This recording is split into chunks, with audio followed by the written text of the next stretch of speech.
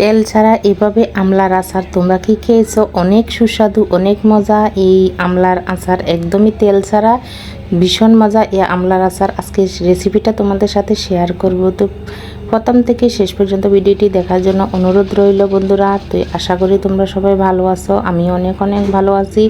তো এই যে দেখো আমলা, এই 1 কেজি এখানে আমলা আছে, আমলাগুলো খোসা ছাড়িয়ে নিলাম। তো এখন চাকু দিয়ে মাঝখানে এই যে চারিপাশে একটু কেটে কেটে দিতেছি, তা না হলে লবণ মরিচ ঠিকভাবে ঢুকবে না আর খেতেও ভিতরটা ভালো লাগবে না। তো এই যে দেখো আমলা কাটা শেষ, এখানে শুকনো লঙ্কা টেলে নিলাম। শুকনো লঙ্কা টেলার পরে এখন এখানে পাঁচফোড়ন গোটা জিরা দিয়ে দিলাম, দিয়ে এখন এগুলো একটু ভাজা ভাজা করে নিয়ে এখন তুলে নিতেছি। তো এই যে দেখো আমলা বাপিয়ে নেব, আমলা একটু সিদ্ধ করে হালকা নেব। তো যদি আমলাটা কিন্তু আমি যে আচারটা বানাবো মিষ্টি আচার বানাবো, তো তোমরা যদি চাও তাহলে না বাপিয়ে এমনি বানাতে পারো।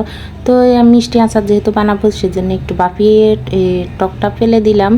তো এই যে দেখো শিলনোড়া একটু আড়াবাটা করে আমি মশলাটা গুঁড়ো করে নিলাম। তোমরা চাইলে শিলনোড়ায়ও বেটে নিতে পারো। তো এই যে দেখো হাম্বল দিস্তার ভিতরে যে গুঁড়ো গুঁড়ো করে নিলাম। তো এখানে কড়াইয়ের ভিতরে আমি জল দিয়ে দিলাম। জল দিয়ে আজকে আমি যে আচারটা বানাবো গুড় দিয়ে বানাবো। এই যে এখানে খেজুরের গুড় একদম ছোট ছোট 2 ছাক দিলাম। তো এই 2 ছাকে হয়ে যাবে। এখানে আমলা আছে 1 কেজি 2 ছাক গুড় দিয়ে দিলাম এখানে। তো এই যে দেখো আটা আটা হওয়া পর্যন্ত আমি এই গুড়টাকে পাকিয়ে নিলাম। তো যখন হাতে ধরে দেখলাম যে আটা আটা হয়েছে কি না, তো আটাটা যখন হলো তখন এই আমলাটা দিয়ে দিলাম। তো এখন এখানে পরিমাণ মতন লবণ আর একটু ভাজা মশলা দিয়ে, তো এখন এই যে দেখো শুকনো শুকনো করে নিয়ে নিলাম। তো এখন বস হয়ে গেছে আমলার আমার খুবই সুস্বাদু মজাদার এই আচার। তো বন্ধুরা আমার আচার কেমন লাগলো অবশ্যই জানাবে, ভালো লাগলে